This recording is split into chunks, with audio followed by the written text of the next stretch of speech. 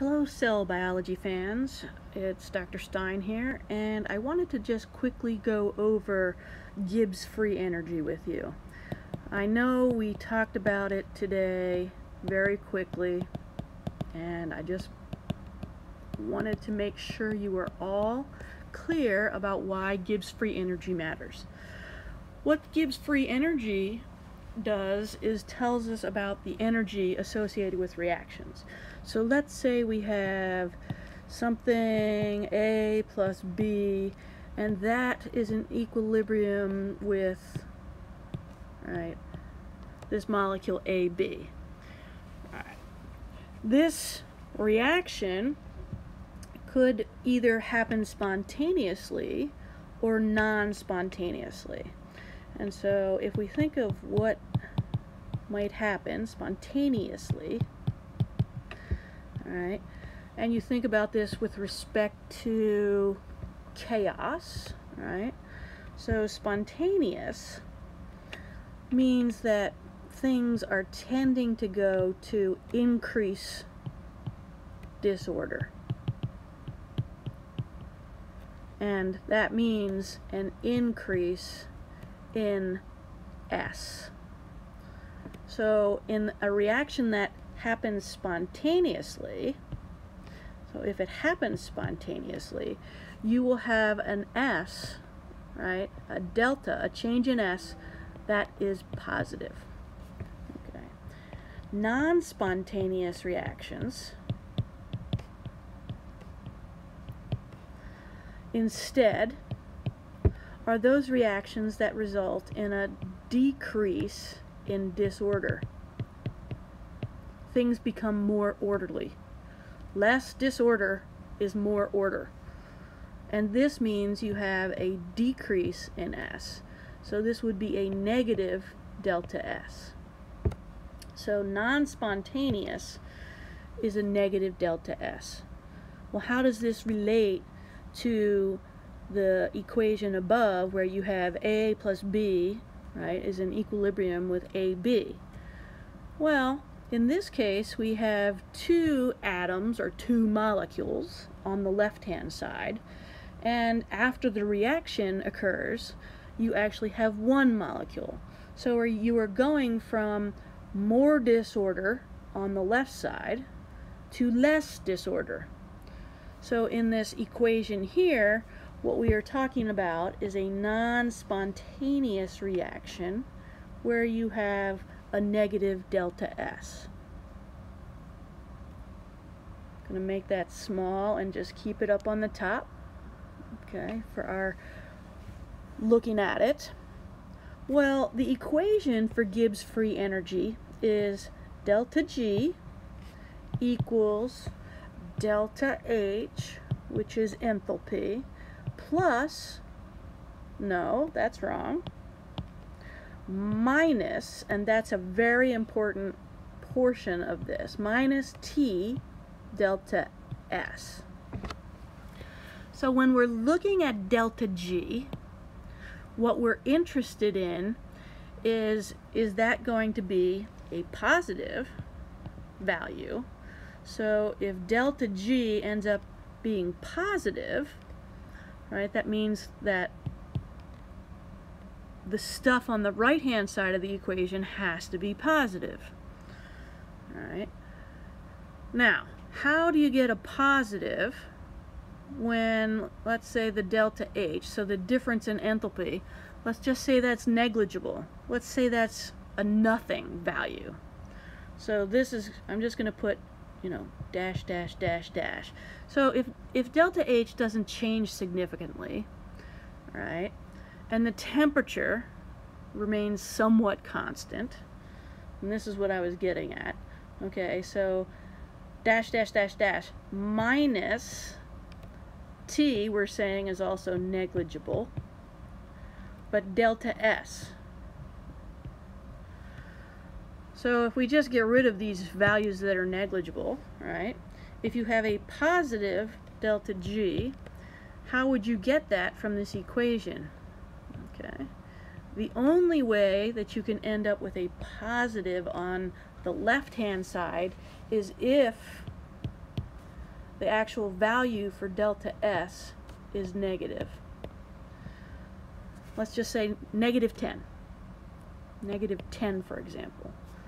Well, negative 10 equals positive 10.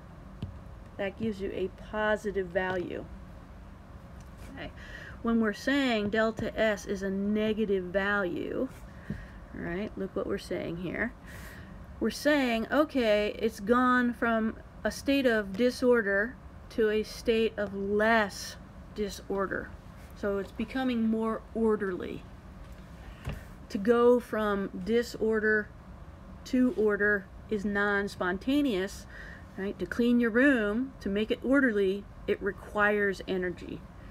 This means that if you have a positive delta G,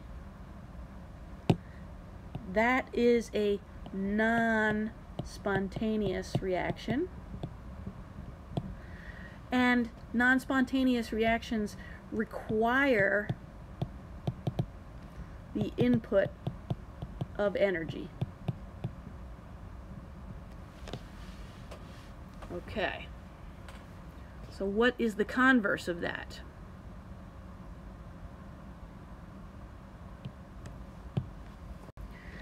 The converse of that is, how do you get a negative delta G? Well, if we use the same equation and we say, all right, so delta G is equal to T minus, sorry, delta, I have that all wrong. Delta H minus T delta S. We say that H is negligible, T is negligible, all right, but we still have the negative sign and delta S, so we get rid of the delta H and T. So if we're saying that negative delta G is what we're getting, how do you get that? Well, so because over here, this happens when delta S is a positive value. Positive means that you're going from some lower amount of disorder, so you're going from low disorder to more disorder. That happens spontaneously. Spontaneous reactions have a negative delta G and do not require the input of energy. Generally, okay? Okay, let's look at another equation. All right, here's another equation. A, B plus C goes to A plus B plus C. With respect to disorder, right, so delta S, is disorder increasing or decreasing on the right-hand side of the equation? So you're going from having two items, AB and C, two different items, to on the right-hand side you have three different items. So you are actually increasing disorder, and that means that it will be a positive delta S. All right, if you have a positive delta S, what is delta G? Delta G equals delta H minus T delta S. If we get rid of delta H and T, well, if you have a positive delta S now, what you will get is delta G equals negative delta S. This means that delta G will also be negative. And that, when you have a negative delta G, that is a spontaneous reaction. Okay, I hope that explains it a little bit for you. In most of the reactions that we talk about with respect to the chemistry of biology, there is some change in heat. So delta H is not completely negligible, all right, but for the purposes of looking at delta G, the vast majority of biological reactions that matter, you can say that delta G is absolutely dependent on negative delta S enthalpy. All right, I hope that helps you. If not, look up some stuff on YouTube and we'll get back to work. Have a good day.